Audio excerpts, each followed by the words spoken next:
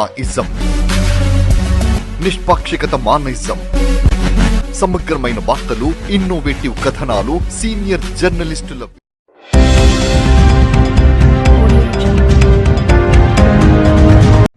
స్థానిక ఎన్నికలకు high court stay విధించడంపై Warangal జిల్లా బీసీ ప్రజా సంఘం మహిళా నేతలు స్పందించారు. బీసీలకు 42% అన్ని పార్టీలు మద్దతిచ్చినా కూడా హైకోర్టు స్టే విధించడం విచారకరమని పేర్కొన్నారు. శుక్రవారం బీసీ ప్రజా సంఘం రాష్ట్ర అధ్యక్షులు నాయని భరత్ కుమార్ ఆదేశాల మేరకు నిన్న హైకోర్టు తీర్పుకు నిరసనగా వరంగల్ జిల్లా బీసీ మహిళా అధ్యక్షురాలు తురాయి రజని, ఉపాధ్యక్షురాలు మంచాల పద్మ ఆధ్వర్యంలో వరంగల్లోని పలు ప్రాంతాల్లో శాంతియుతంగా బంద్ పాటించారు. ఈ సందర్భంగా వారు మాట్లాడుతూ బీసీ రిజర్వేషన్ కొలిక్కి వచ్చిందనుకున్న తరుణంలో హైకోర్టు తీర్పు ఊహించలేనిదని తెలిపారు. ఎక్కడ ఇబ్బంది లేకుండా కులగణన పూర్తి చేసి బీసీ రిజర్వేషన్లను రాష్ట్ర ప్రభుత్వం తీసుకొచ్చిందని వివరించారు. బీసీల నోటికాడ కూడు లాగేయడం శోచనీయమని పేర్కొన్నారు.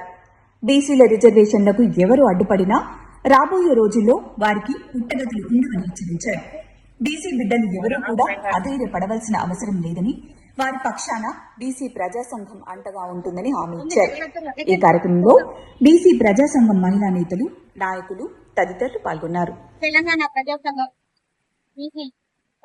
నాయని భరత్ కుమార్ ఆధ్వర్యంలో ఈరోజు తెలంగాణ బంద్ పాటించడం జరుగుతుంది.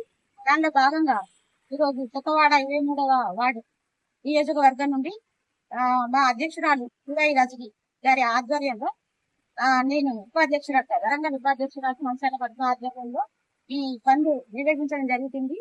నేడు ప్రభుత్వం ఇచ్చిన జీవో పాస్ కాకుండా హైకోర్టులో స్టే తీసుకురావడం జరిగింది.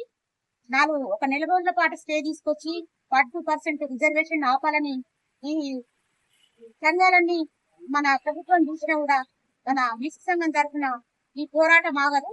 42% రిజర్వేషన్ అమలుపరిచినాక వెళ్లాలని మా సంఘం తరఫున పోరాటం చేస్తూ ఉన్నాము. అప్పటి వరకు మా యొక్క పోరాటం ఆగదు. జై బీసీ, జై జై బీసీ. మా నాయకుడు నాయని భరత్ గారి ఆధ్వర్యంలో ఈ ధర్నా చేయడం జరిగింది. జై బీసీ, జై జై బీసీ.